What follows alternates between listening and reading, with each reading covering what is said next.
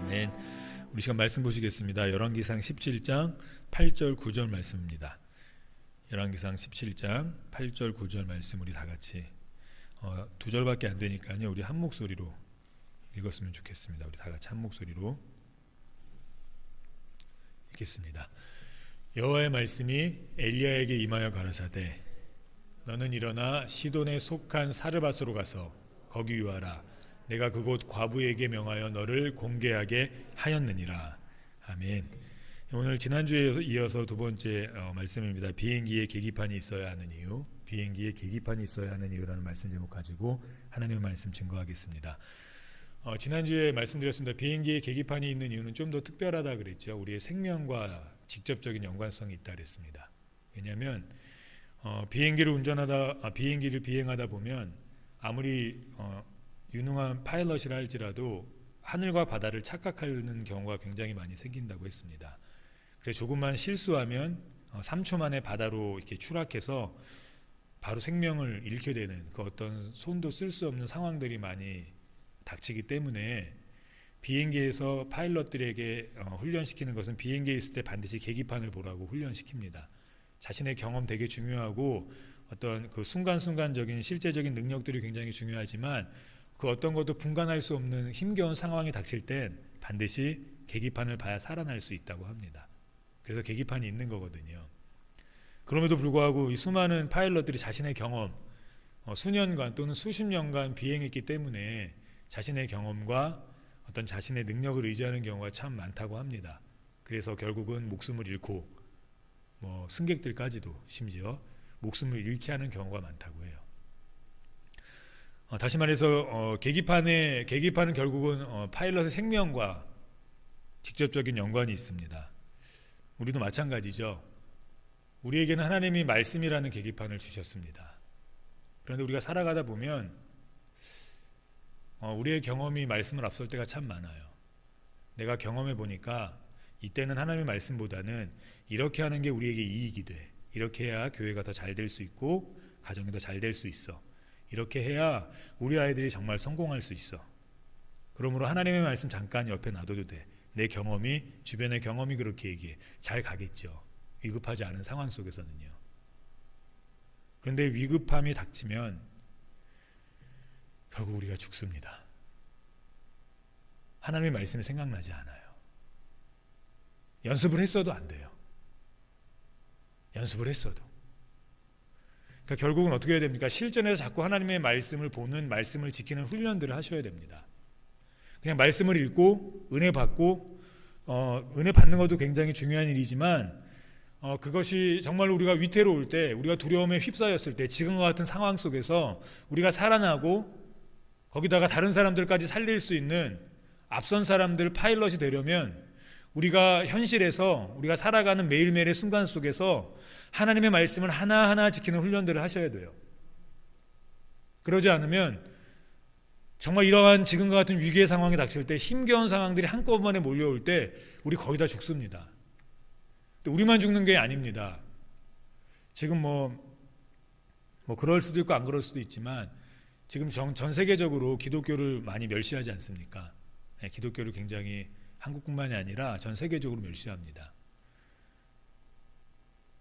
필요 없다고 생각하는 거죠. 사회 악이라고 생각하는 거죠. 근데 기독교가 죽으면 세상이 죽어요. 그들이 보는 입장은 기독교가 죽어야 세상이 산다고 얘기하지만 기독교가 죽으면, 예수 그리스도 없으면 결국 세상은 죽습니다. 우리가 죽으면 끝이에요. 그런데 우리가 그게 잘 안 된다고요. 왜냐하면 두려움을 만나면 앞이 보이지 않기 때문입니다. 계기판이 보이지 않아요. 닉 시즈맨이라는 영무원이 있었습니다. 어느 날 자신이 생일잔치에 자기 직장 동료들을 생일 파티에 초대했어요. 그 생일 파티가 있던 날 하필이면 이 닉이라는 친구가 냉동 차량에서 혼자 일을 하게 됐습니다. 열심히 일을 하는데 이제 다른 사람들은 이 닉이 없으니까 먼저 퇴근해서 생일을 준비하나 보다라는 생각을 가지고 문을 닫고 일찍 1시간 전에 다 퇴근을 준비했습니다. 그리고 이 사람들이 냉동 차량의 문이 열려 있는 걸 보고 왜 열지 하고 그냥 이렇게 문을 닫은 거예요. 잊어버렸죠. 문 밖이 잠긴 것도 모른 채 열심히 일하던 이 닉은 하던 일을 마치고 나가려고 하는 순간 문이 열리지 않았습니다. 너무 당황했죠. 늘 하던 일이에요. 늘 하던 일인데 상황이 이렇게 되자 또 모든 사람이 퇴근했기 때문에 너무 당황했어요. 너무 당황하고 너무 두려웠어요. 두렵다 보니까 이러한 상황이 생겼을 때 어떻게 해야 되는지에 대한 행동 수칙들을 다 까먹게 된 겁니다. 이런 생각을 했을 거예요. 이제 죽었구나. 그래서 절망에 빠진 이 닉이라는 이 사람은 바닥에 칼로 이런 글씨를 적습니다. 너무나 추워서 온몸이 마비되는 것만 같다. 차라리 그냥 잠들어 버렸으면 좋겠다. 아마도 이게 나의 마지막이 될 것 같다. 그리고 실제로 닉은 이 냉동 열차 안에서 얼어 죽었어요. 다음날 아침에 이제 생일 잔치에도 나오지 않고 그 어떤 것도 할 수 없어서 이제 닉에게 물어보려고, 너무 궁금하지 않습니까? 초대해놓고 집에도 없고 뭐 없으니까요. 물어보려고 출근을 했습니다. 그리고 이제 뭐 일을 시작하기 위해서 냉동차도 다시 열고 짐을 실으려고 했는데 그 안에서 죽어있는 닉을 발견했어요. 원인을 조사했더니 얼어 죽은 게 맞습니다. 근데 이상한 점이 있었습니다. 이상한 점이. 그건 뭐였냐면 이 냉동차가 망가져 있었어요. 온도는 11도에서 17도 정도를 가리키고 있었습니다. 사람이 죽을 만한 온도가 아니었어요. 그런데 죽었어요. 그것도 얼어 죽었어요. 왜 그랬습니까? 너무 두려우니까 몸이 생각한 대로 반응한 거예요. 분명히 행동 수칙도 알고 있었고 어떻게 해야지 살아날 수 있는지도 알고 있었지만 진짜 두려움을 만나니까, 진짜 어려움을 만나니까 아무것도 생각나지 않는 거예요. 이 두려움은 사람의 생각을 멈추게 만듭니다. 그래서 목숨까지 빼앗아요. 그래서 계기판을 볼 수 없고 그래서 그냥 바닷가에 추락해서 죽게 되는 겁니다. 아주 강력한 힘을 갖고 있어요. 우리도 두려움을 많이 만납니다. 지금이 그럴 때예요. 나를 꼼짝 못하게 만든다고요. 어떻게 할까요? 어떻게 하시면 될까요? 우리가 오늘 말씀을 통해서 어떻게 하면 우리가 지금과 같은 이 두려움과 힘겨움 속에 살아날 수 있는지, 어떻게 하면 빛과 소금이 되고 파일럿처럼 우리만 사는 게 아니라 승객들도 살릴 수 있는지를 살펴보려고 합니다. 하나님께서 이스라엘 백성에게 가나안을 주겠다고 약속하셨어요. 그리고 이제 요단강만 건너면 가나안 땅에 들어갈 수 있게 되었어요. 그리고 약 40년 전에 이제 일어났던 일들을 가나안 땅에 들어가기에 있었던 이스라엘 백성에게 신명기를 통해서 다시 한번 말씀하시죠. 12명의 정탐꾼의 얘기를 합니다. 살기 좋은 곳이라고 모두가 보고를 해요. 똑같이 보고를 했습니다. 그런데 그 중에 10명에게는 두려움이 생겼어요. 물론 12명 모두에게 두려움이 있었죠. 12명 모두에게 두려움이 있었는데 2명과 10명 간의 차이가 생겼어요. 그 차이를 우리가 주목해야 합니다. 그 차이 때문에 10명의 사람은 아무것도 생각할 수가 없었어요. 그래서 거기에 있는 사람들은 기골이 장대하고 우리가 들어가면 우린 다 죽습니다. 그게 사실이었지요. 두려움이 그들에게 엄습하자 그들이 생각해낸 건 그들의 경험과 그들의 이성과 그들의 생각뿐이었어요. 그들의 결론은 결국 들어갈 수 없다는 거예요. 맞습니다. 들어갈 수 없는 게 그들의 생각이고 그들의 결론이에요. 맞아요. 경험상 그래요. 그래서 들어갔습니까? 그들의 말대로 못 들어갔어요. 하나님이 40년 동안 훈련시키잖아요. 어떤 훈련시키십니까? 말씀대로 사는 훈련시켜요. 말씀대로 사는 훈련. 어차피 이스라엘 백성이 12명이 다 와서 우리 들어갈 수 있습니다라고 얘기했다 할지라도 그들은 가나안 땅 들어가서 죽었을 거예요. 왜냐하면 그 10명의 소리를 듣고 그 이스라엘 백성 모두가 갈렙과 여호수아 모세 빼놓고요, 심지어 그의 형과 그의 여동생까지 모두가 원망했어요. 두려움에 떨었어요. 이 말은 뭐냐면 단 하나의 어려움에도 그들은 무너졌다는 거예요. 근데 그들이 건너자마자 그 앞에는 여리고성이 있었고 굉장히 견고한 성이었습니다. 그들은 거기서 다 멸망했을 거예요. 그래서 하나님은 그들에게 40년 동안, 물론 너희가 여리고성을 정탐하고 여기에 있던 그 날수대로 내가 너희를 40년 동안 여기 있게 할 거다라고 하나님 저주하신 듯 했지만, 사실 우리가 하나님의 마음을 깊숙이 들여다보면 하나님은 그곳에서 그들을 말씀으로 훈련시켰던 거예요. 왜요? 그렇게 실전에서 훈련시켜야 그들이 더 큰 어려움을 만났을 때 말씀에 계기판 대로 살아갈 수 있기 때문입니다. 우리가 말씀 공부를 하지 않습니까? 굉장히 중요한 것이거든요. 그런데 그것을 말씀을 배우고 말씀을 적으셨으면 그 말씀을 월요일 날은 이걸 한번 행해봐야겠다, 화요일 날은 이 말씀을 한번 행해봐야겠다, 수요일 날은 이 말씀을 행해봐야겠다 하고 우리가 일상 속에서 두려움이 없을 때 그 말씀을 훈련하는 연습을 해야 돼요. 그래서 하나님이 인도하시는 그 손길을 경험해야 합니다. 안 그러면 우리도 40년 동안 가나안 땅 못 들어가요. 죽을 거 뻔하니까요. 오늘 닉처럼 두려움이 닥치지 않았는데도, 진짜 얼어 죽을 상황이 아님에도 불구하고 주변의 이야기들, 주변의 상황들, 주변의 어려움을 보고 스스로 자멸했던 것처럼, 아니면 진짜 어려움을 만났을 때 하늘인지 바다인지를 분간을 못하고 계기판 의지하지 않은 채 그의 목숨을 내던졌던 것처럼 우리 또한 그렇게 될 수 있습니다. 지금이 그런 상황이에요. 지금은 우리의 경험을 의지할 때가 아닙니다. 이런 재난과 이런 위기를 닥쳐본 적이 우리 없지 않습니까? 대부분의 분들 없습니다. 전쟁을 경험한 분들 여기 이제 얼마 없습니다.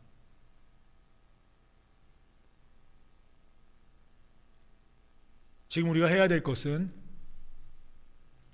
하나님의 말씀을 받아들이는 훈련을 해야 합니다. 내 생각과 달라도요. 너무 인본주의가 됐습니다. 하나님의 말씀을 막 바꿔서 행해요. 막 바꿔서 지켜요. 내 입맛에 맞게 다 바꿔서 지켜요.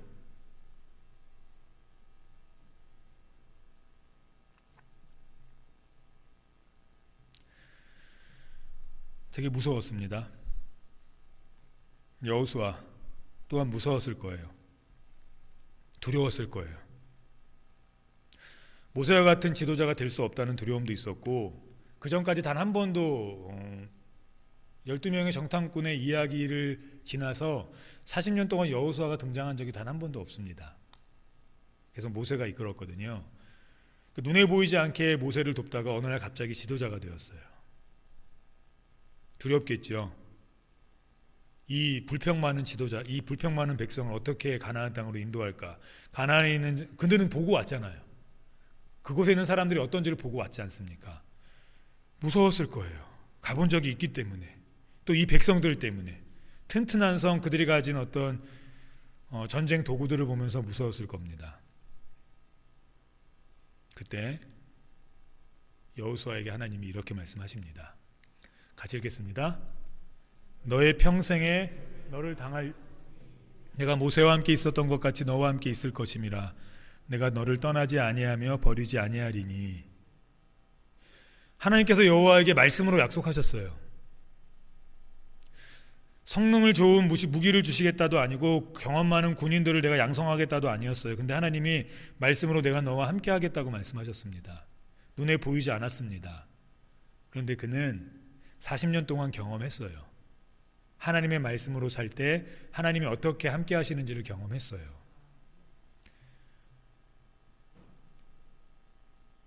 오늘 본문에 유사한 상황이 나옵니다. 엘리야가 도망갔습니다.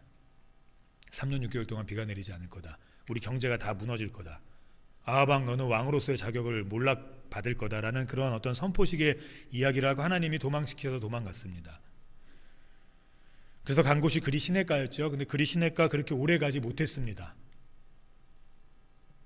그렇게 오래 가지 못했어요. 제가 이걸 중간에 넣었나 보네요. 예. 까마귀를 통해서 정말 하나님의 방식으로 하나님이 엘리야를 먹이셨지만 결국은 이 그리 시냇가 또한 말라버렸어요. 그래서 제가 지난주에 말씀드렸습니다. 우리가 엄청난 위기를 당할 때 하나님 피하게 하신다고요. 그 중에 하나의 피함의 방법이 온라인 예배였습니다. 근데 그 예배만으로는 안 돼요. 말라요. 그래서 온라인 예배를 주장하시면 안 돼요. 하나님이 한 방편으로 주신다고요. 또 그 방편을 통해서 은혜도 주세요. 그 방편을 통해서 하나님이 우리에게 먹이시고 입히시는 경험을 하기도 해요. 근데 마릅니다. 다시 현장으로 돌아오셔야 돼요.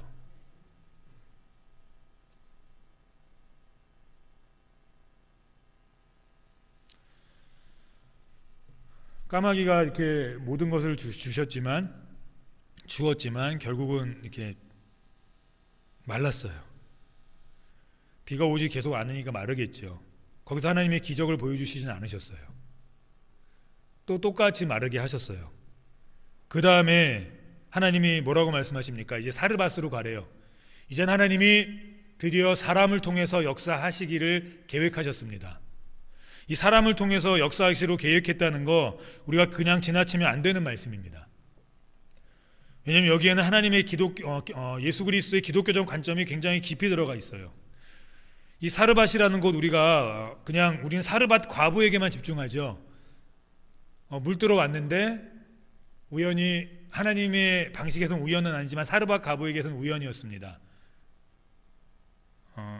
엘리야를 만나게 되고 엘리야가 나에게 먼저 물하고 먹을 걸 먼저 갖고 와서 나를 먹인 다음에 그 다음에 너네 먹어라. 그랬더니 사르밧 과부가 이렇게 너무 힘드니까 이렇게 얘기합니다. 우리가 남은 게 별로 없는데 이거 먹고 내 자식이랑 나 둘이 죽으려고 했습니다. 그건 그때고 너 그러지 않을 수 있으니까 일단 내 거부터 해와 라고 말씀하세요. 이게 하나님이 그렇게 시키셨어요. 근데 이 사르밧이라는 동네가 어디입니까? 사르밧이라는 이 동네는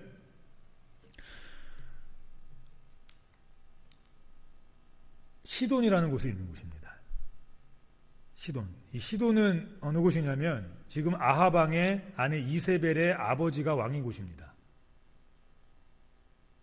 이 말은 무슨 말이냐면 바알이란 이 신이 이 지역을 다 지배하고 있었어요. 다른 신을 섬기지 못하게 했어요. 오직 바알만 섬기게 했어요. 그리고 이 시돈이라는 곳 안에 있는 이 사르밧의 가장 중심지에 가장 우상이 많은 이곳에 가장 강력하게 섬기는 이곳에 지금 분명히 이 시돈 왕에게 이야기가 들어갔을 거예요. 이세벨이 얘기했을 거라고요. 엘리야라는 선지자가 있는데 이상한 소리하고 좀 도망다니는데 좀 잡아주십시오라는 얘기를 했을 수도 있어요. 성경에 나와 있지 않지만. 근데 하나님이 지금 이 불구덩이로 들어가라고 말씀하시는 거예요. 불구덩이로요. 우리가 때로는 하나님께서 피할 길을 주셔서 온라인 예배를 통해서 우리가 예배할 수 있습니다. 근데 하나님이 진짜 원하시는 건 이제 불구덩이로 들어가는 겁니다. 마음에 감동이 오시고 하나님이 말씀하신 분들은 나오셔야 돼요. 다 나오시라는 게 아니에요. 어차피 무서워 나오고 막 억지로 나오면 그게 하나님 예배됩니까? 예배되지 않아요. 근데 하나님이 분명히 마음에 감동하시는 성도님들이 있을 거예요. 이젠 진짜 나가야겠다. 그분들은 나와야 살아요. 교회에서 억지로 나오게 하는 거 말고요. 벌 받을까 봐 말고요. 기도하는데 하나님 자꾸 감동 주세요. 이젠 나가야 될 것 같아.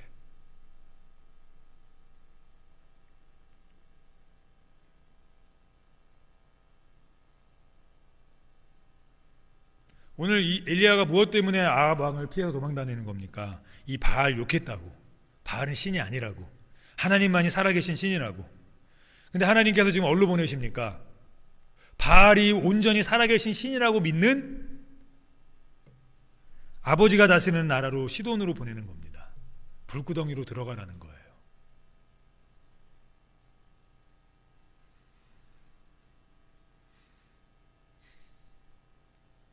수요 예배도 우리가 본당에서 드리지 않습니까? 왜냐하면 사람들이 보니까.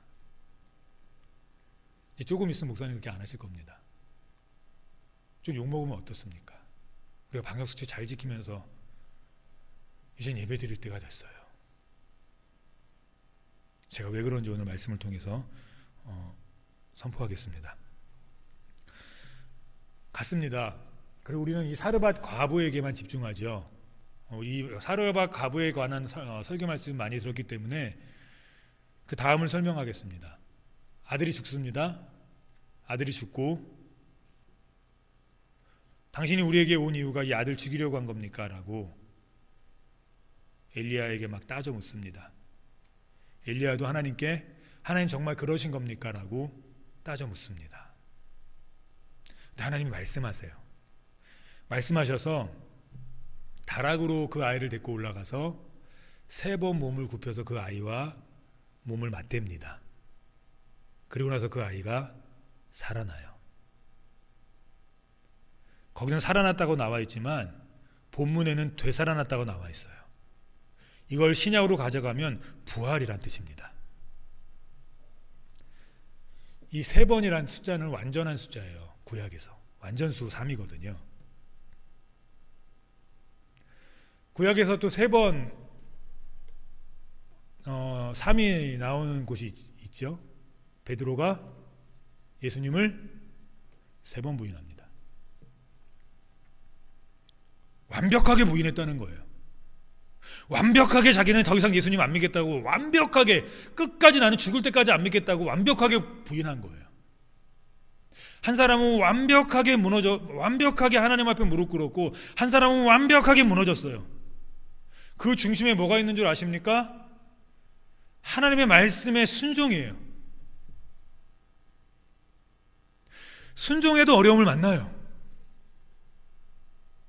순종하지 않아도 어려움을 만나요.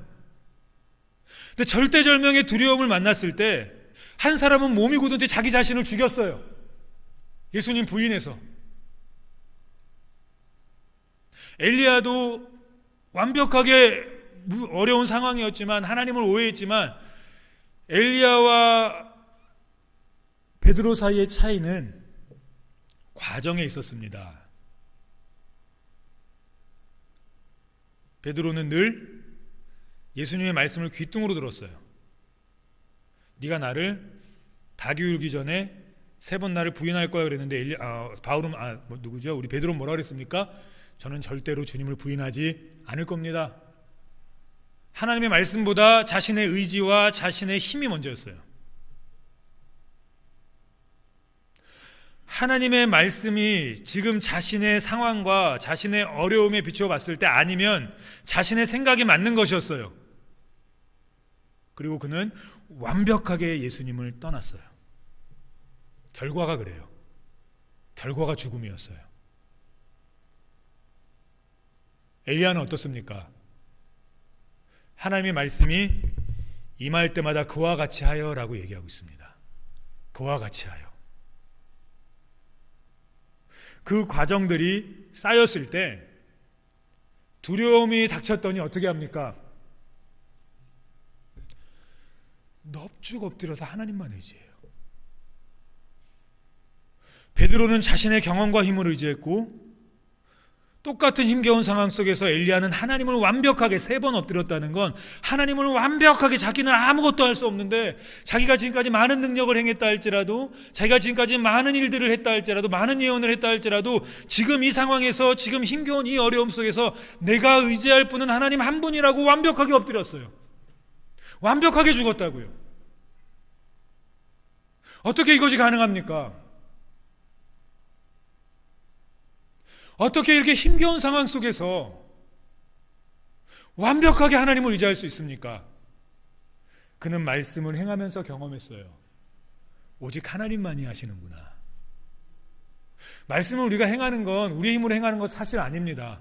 하나님이 행하게 해주시는 건데, 그 행할 때 하나님이 뭘 보여주십니까? 하나님의 살아계심을 보여주세요. 그 살아계심이 나에게 쌓이다 보면 두려움을 만날 때 직감해요. 이거 내 힘으로 할 수 없다. 내 능력으로 할 수 없다. 분위기상 도망가야겠다. 이런 여러 가지 상황이 있을 때, 그렇게 매일매일의 삶 속에서 하나님의 말씀에 순종하고 하나님의 이끄심을 경험한 사람들은 넙죽 엎드려요. 하나님 앞에 완전하게 엎드려요. 나는 아무것도 아닙니다. 하나님, 나는 정말 완벽하게 아무것도 아닙니다가 이 3의 숫자의 엘리야의 특징이었어요.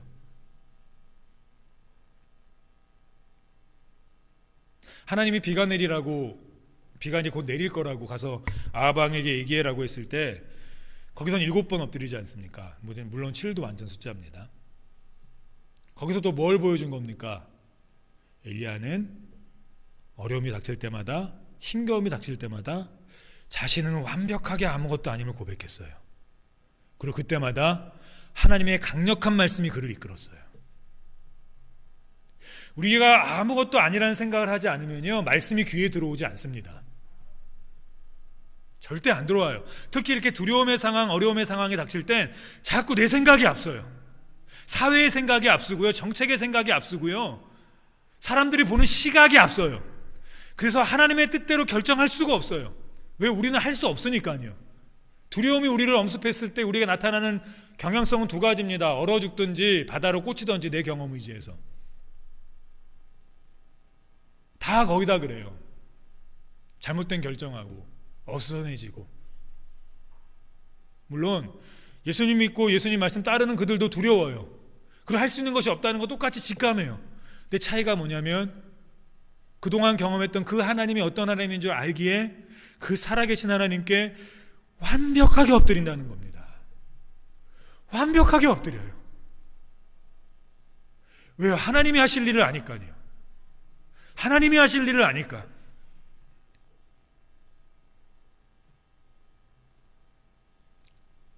그러고 나서 어떻게 됩니까? 그 아이가 되살아나요. 신약으로 말하면 부활해요.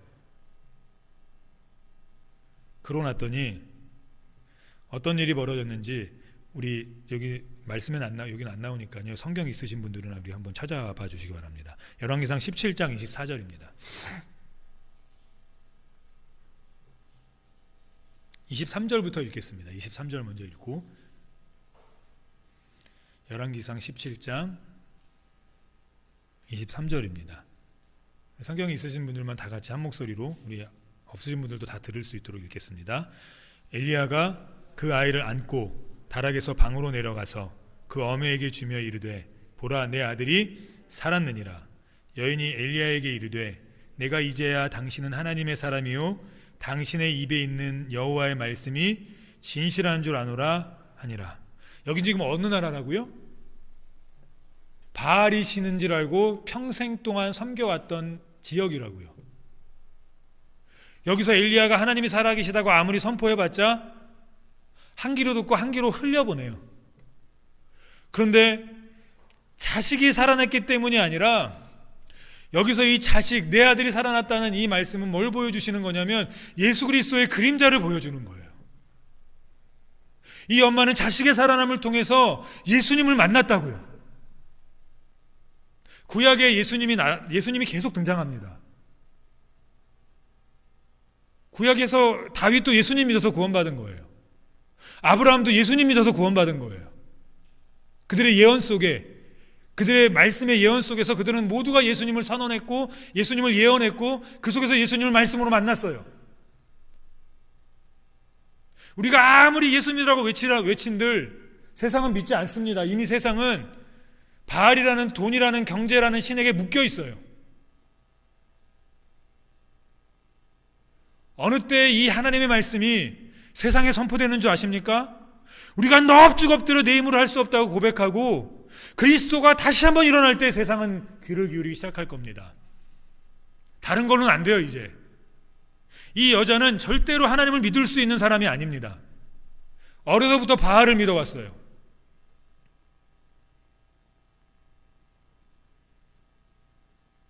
근데 그런 그에게도 하나님의 말씀은 들어갔어요. 우리가 지금 안 된다고 하잖아요. 세상에 예수님 믿을 수 있는 상황도 분위기도 안 된다고. 그러니까 기회라니까요. 우리가 넙죽 엎드리면 돼요. 넙죽 엎드려도 나는 아무것도 아닙니다. 하나님, 그런 내가 지금까지 말씀을 행했을 때 나를 도와주셨고 나를 이끌어주셨고 하나님께서 나를 살려주셨사오니 이번에도 하나님 살려주십시오. 우리가 이렇게 위기 속에서 되살아나면, 그리스도의 능력으로 되살아나면 하나님의 말씀임을 인정할 겁니다. 경제가 최고라고, 돈이 최고라고 얘기하는 이 세상 속에 하나님의 말씀이 진리인 게 선포될 겁니다. 그래서 기회예요. 말씀을 순종하셨던 우리 성도님들이 이제 넙죽 엎드려 기도할 때예요. 그리고 하나님의 말씀에 계기판을 붙들고 매일매일 내게 말씀을 달라고 기도하면서 그 말씀을 작은 것이나마 하나하나 지키며 살아가셔야 될 때입니다. 그럼 우리가 살아나요.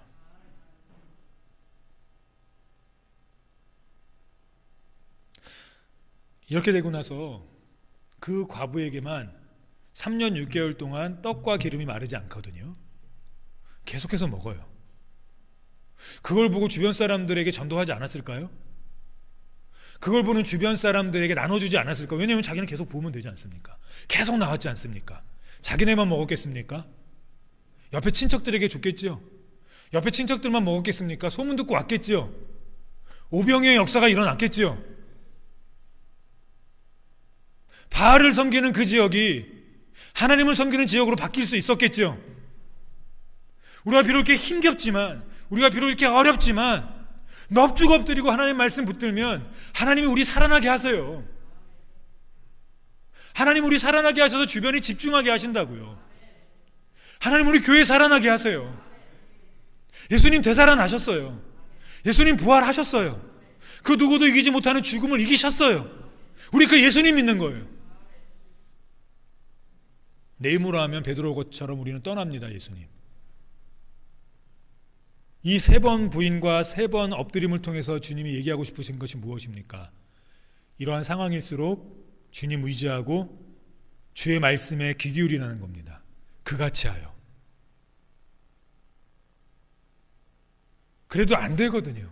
오늘 엘리야가 하나님 정말 이거 왜 이럽니까? 라고 하나님께 다시 한번 재차 물으며 하나님 앞에 의심 섞인 어떤 고백을 했던 것처럼 우리도 하나님 말씀 순종하면서 어려움이 닥치면 재차 힘들거든요. 그런데 그렇게 하나님 말씀을 지키면서 재차 힘든 분들에겐 내적인 힘이 있다고요. 어떤 힘이요? 나는 아무것도 아닙니다 하고 엎드릴 수 있는 힘이 있어요. 그때 말씀과 기도가 스파크를 일으켜서 엄청난 불이 되는 거예요. 이 불은 아무도 못 막습니다. 왜요? 그 가운데 예수 그리스도가 능력으로 역사하시기 때문입니다. 말씀을 정리하겠습니다. 비행기에 계기판이 있는 이유는 그 계기판을 볼 때 우리가 살 수 있기 때문이에요. 하나님이 교회에게 말씀을 주신 이유는 그 말씀이 있을 때, 그 말씀을 따를 때 이 위기의 상황에 우리가 일어날 수 있기 때문이에요. 근데 우리에게도 또 다른 위기가 닥칩니다. 그때 우리가 해야 될 것이 무엇입니까? 내가 끝까지 할 수 있어가 아닙니다. 말씀 지키신 분들은 알아요. 내 힘으로 한 게 아닌 거를요. 그래서 그 말씀 붙들고 넙죽 엎드립니다. 지금 우리가 그럴 때예요. 지금 이 한가운데서 다시 예배드리기 시작하지 않습니까? 혹시 몰라요. 또 어디서 확진자가 나올지. 저는 좀 이기주의라서 우리 교회만 기도하거든요. 우리 교회에 절대 확진자 생기지 않게 해달라고. 직장 다니는 분들 절대 확진자 생기지 않을 수 있도록 자가용을 못하고 대중교통을 이용하는 분들 하나님 붙잡아 주시고, 자영업하는 분들 하나님 붙잡아 주시고, 하나님 우리 교회 나오는 모든 성도들 붙잡아 주시고, 절대 하나님 코로나 걸리지 우리 교회 걸리지 않게 당신 다른 교회는 하나님 신경 쓸 여력이 없습니다. 하나님 우리 교회 지켜주십시오. 우리 가정 지켜주십시오. 우리 어머니 아버지 지켜주십시오. 뭐 장로님들 권사님들 이름을 다 댈 수는 없지만 물론 장로님들은 4분밖에 안 되셔서 제가 이름을 댑니다. 우리 권사님들 안수집사님들 다 될 수는 없지만 하나님 다 지켜주십시오. 하나님 죄송합니다. 우리 교회밖에 기도를 못해서 근데 제 꼴이 이거밖에 안 됩니다. 혹시라도 몰라요. 또 교회에서 발언지가 될지. 그래도 어떡합니까? 그러니까 우리가 넙죽 엎드려야죠. 그러니까 하나님 말씀의 계기판을 붙들어야죠. 그것만이 우리가 살 길입니다. 지금은 우리가 이 어두운 이 시기에 우리가 의지할 건 하나님 말씀과 기도밖에 없습니다. 저는 그 은혜가 우리 성도님들과 함께 하시기를 주님의 이름으로 축원합니다. 우리 시간 찬양하시고 같이 기도하시겠습니다. 하나님은 너를 지키시는 자, 우리 같이 찬양하시겠습니다.